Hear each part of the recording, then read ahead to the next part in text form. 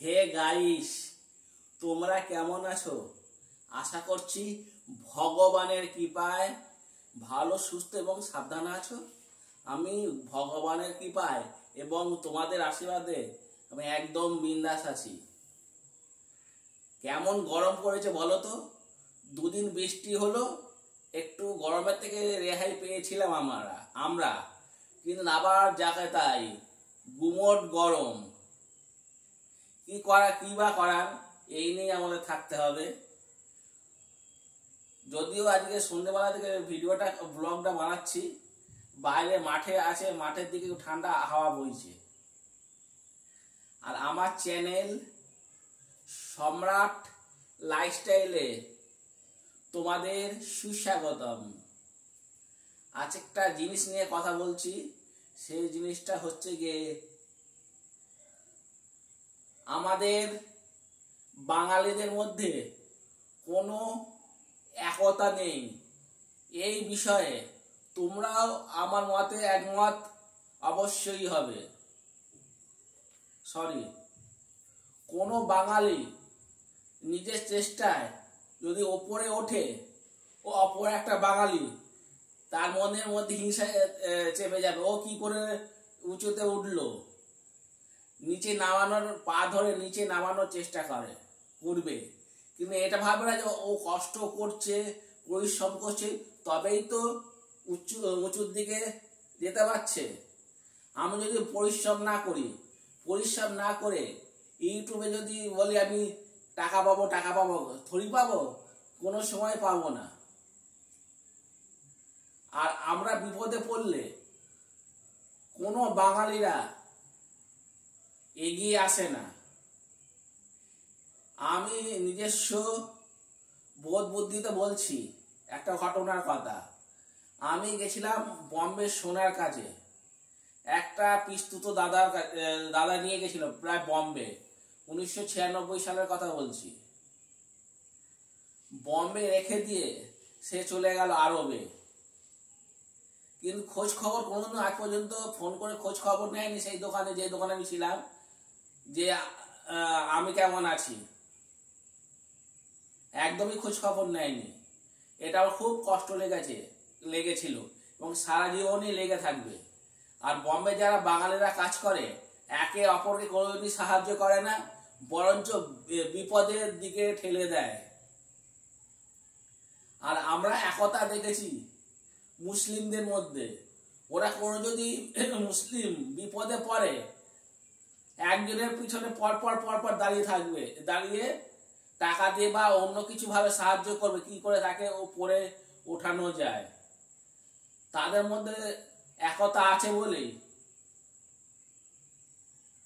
ওরা বেঁচে আছে, কিন্তু আমাদের মধ্যে একটু একতা নেই। তোমরাই নিশ্চয়ই জানো, একতাই সব থেকে বল। কোনো জায়গায় যদি মারামারি হয় আমাদের বাঙালিদের মধ্যে, দেখবে সেখানে বাঙালিরা দেখবে চোখ দিয়ে, কিন্তু কোনো তাকে ঠেকাতে যাবে না। কিন্তু একটা জায়গায় মুসলিমদের যদি মারামারি হয়,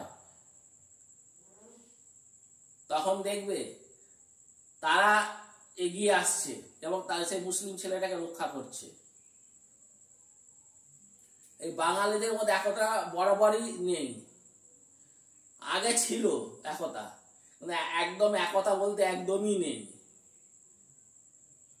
বাঙালিরা হচ্ছে গিয়ে, একটা কথা আছে, বাঙালিরা অলস, ওরা কোনো কিছু করতে পারে না। আমি যদি কথা বলে যদি তোমাদের ভুল করে থাকি, অবশ্যই আমাকে ক্ষমা করে দেবে। আমাদের একতা রাখতে হবে। একতা রাখলে তাহলে আমাদের বাঙালিরা যে শিখরে পৌঁছেছে আরো উচ্চ শিখরে পৌঁছাতে পারবে। কোনো বাঙালি যদি একটা উঁচু পদে গেল, তোমার পাশের বাড়ি হোক বা কোনো আত্মীয় স্বজনের মতনই হোক, তোমরা দেখবে তাদের কাছ থেকে শিক্ষা নেবে যে কি করে সে উঁচুতে উঠলো, তবে গিয়ে তুমি নিজস্ব একটা লক্ষ্যে পৌঁছাতে পারবে। একতা না থাকলে কোনো জিনিসই করা যাবে না। সত্যি একদম আজকালকার দুনিয়াতে বাঙালিদের মধ্যে কোনো একতাই নেই, কোনোদিন একতাই নেই। আর মুসলিমদের মধ্যে বা অন্যান্য জাতির মধ্যে অনেক একতা আছে।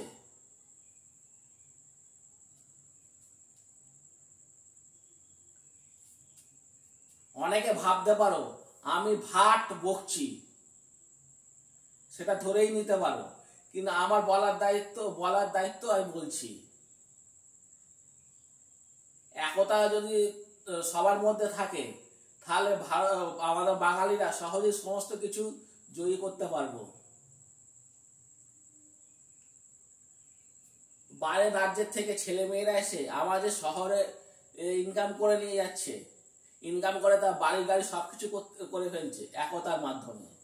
কিন্তু আমাদের বাঙালিরা কলকাতার মধ্যে থেকেও আমরা কোনো কিছু করতে পারছি না। আমাদের একতার প্রচুর অভাব আছে। ধরো একটা লাঠি, সরু লাঠি তুমি সহজেই ভেঙে ফেলবে, কিন্তু তোমার 10টা লাঠি যদি তোমাকে ভাঙতে দেয় তুমি একদমই ভাঙতে পারবে না। সেখানে যদি 10 জন এসে লাঠিটাকে ধরে এখন মোচড় দেয় সহজেই ভেঙে যাবে। আর বেশি কিছু বলবো না, এই ব্লগটা ছোট্টর মধ্যেই রাখবো। যদি ব্লগটা ভালো লেগে থাকে লাইক শেয়ার কমেন্ট করে দেবে, আর সাবস্ক্রাইব করে আমার পাশে অবশ্যই দাঁড়িয়েও সাপোর্ট করো আমাকে বেশি বেশি করে, যাতে আমি সুন্দর সুন্দর ব্লগ ভিডিও দিতে পারি। তোমরাই তো আমার আশা ভরসা, তোমাদের জন্যই তো আমি প্রায় আমার 74,000 সাবস্ক্রাইবার পূর্ণ হয়েছে শুধু তোমাদেরই জন্য। তোমরা যদি আমার পাশে না থাকতে তাহলে আমি কোনোদিনই এগাতে পারতাম না। তোমরাই তো আমার শক্তি বল, সমস্ত কিছু।